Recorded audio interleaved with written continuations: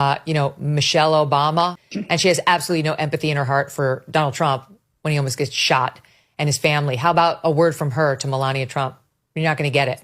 These are the people who want to paint themselves as our moral betters, as the nice ones, as the kind ones. That was actually Kamala Harris's pitch, right? That was her pitch in the debate. And when she sat down with that local Philadelphia anchor, she's the nice one. And people are ready for unity, but they can't muster any genuine statements of empathy for the Trumps when, once again, his life was almost taken. It's just such a facade.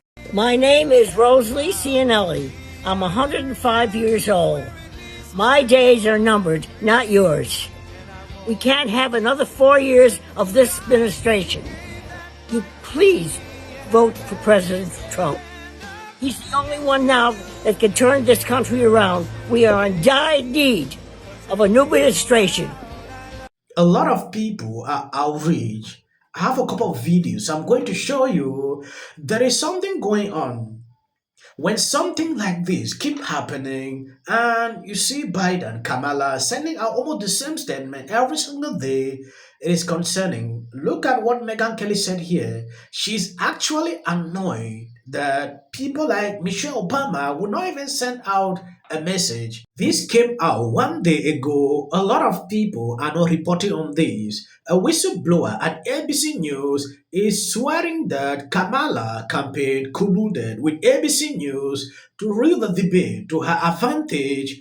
The affidavit include the claim that Kamala got intel on the questions ahead of time. The whistleblower wrote the Harris campaign was furnished with sample questions. But the rhetoric is on both sides. It's coming from the right. It's coming from the left. The rhetoric. They have tried to kill this man twice.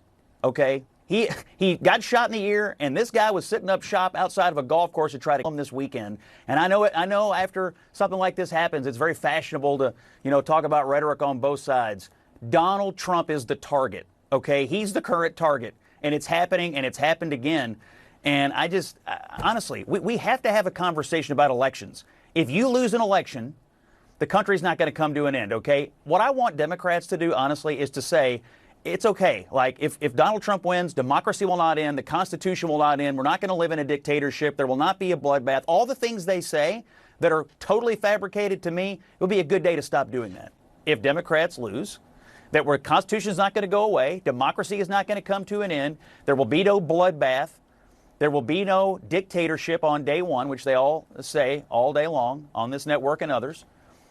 If everyone could just agree that that kind of hyperbolic statement will not take place anymore and that it's not been true every time it's been said, that would be a step in the right direction. Yes, the way the mainstream media is struggling to downplay what is happening to Trump is extremely concerning at this point. I'm glad that someone on CNN is calling that out. At a certain point, when I look at how people like MMBC putting out videos trying to say, oh, Trump should blame that to himself, is insane. Can you really imagine this? When I see this repeatedly, the first time, oh, there was something similar like this, some people said. Now, I've seen videos which I'm not even going to play. It is crazy at this point. Someone tweeted this. CNN prepares their viewers for a Harris loss on November 5th. Even these biased mainstream media polls are showing a dead heat, and Trump outperformed the poll significantly. Okay, after the debate, CNN did a poll, I think today, just a few hours ago. There is something. Kamala is in trouble. You're gonna love this. We know who this is right over here in the American shirt, right? Do you know who this is? First of all, it's a chef. Chef Jose Andres. Do you know who that is? Smart Farming with Jose Andres and Secretary Hillary Clinton and President Bill Clinton. No. He was just cooking for Kamala not that long ago. He's a humanitarian chef who works for a company called the World Central Kitchen. And they go around the world and they feed third world countries like Haiti and soon America if we don't get our shit together. How does something like this happen? So he was in Ukraine because there's a war in Ukraine and, he's the humanitarian kitchen guy. And apparently the would-be assassinator wanted a picture with him while he was also out there pushing for America to get more involved in Ukraine. Look at all the Ukraine flags, right? And he just spoke at the Clinton Global Initiative meeting, like a week ago. When something happens, it is always good to stay back and observe. These are the informations, pictures surfacing on social media, people who interact with this guy. Looking at him in court today, he was even smiling. I don't know if this man is insane. People are asking questions, why would somebody be like this? On the radar, will leave Hawaii, travel right to Florida. Crazy, right? A lot of questions are being surfaced, like, who told this guy that Trump will be in this location at this time? These are the questions I've seen people asking. You have to get all the way north to about 3 to 4 points for Harris to have a clear chance, the clear majority chance of winning the Electoral College. If she only wins by less than 2, look at that. Only a 23% chance of winning. Right now, Harris is right now in that danger zone where basically about half the time, given that popular vote margin nationally, she would win. And so here's the situation. Chance Harris wins the popular vote at this point is about 70%. But the chance she wins the Electoral College is only about 50%. So the bottom line is at this hour, John, there's about a 20% chance that Kamala Harris wins the popular vote, but actually loses in the Electoral College. So we could be heading towards one of these splits that we saw in 2016 and in 2000, whereby one candidate, Kamala Harris, wins in the popular vote, but loses in the Electoral College. Basically, at this hour, we're right in that sort of weird middle zone where we honestly don't know what's going to happen based upon the popular. Trump has just led in one national poll over the last month, and we've had one tie. So the fact that a national poll shows Kamala Harris ahead, not really much of a surprise because, John, pretty much all of them do. Yes, even with this crazy post on CNN, I'm still shocked that this guy is preparing their mind for something devastating.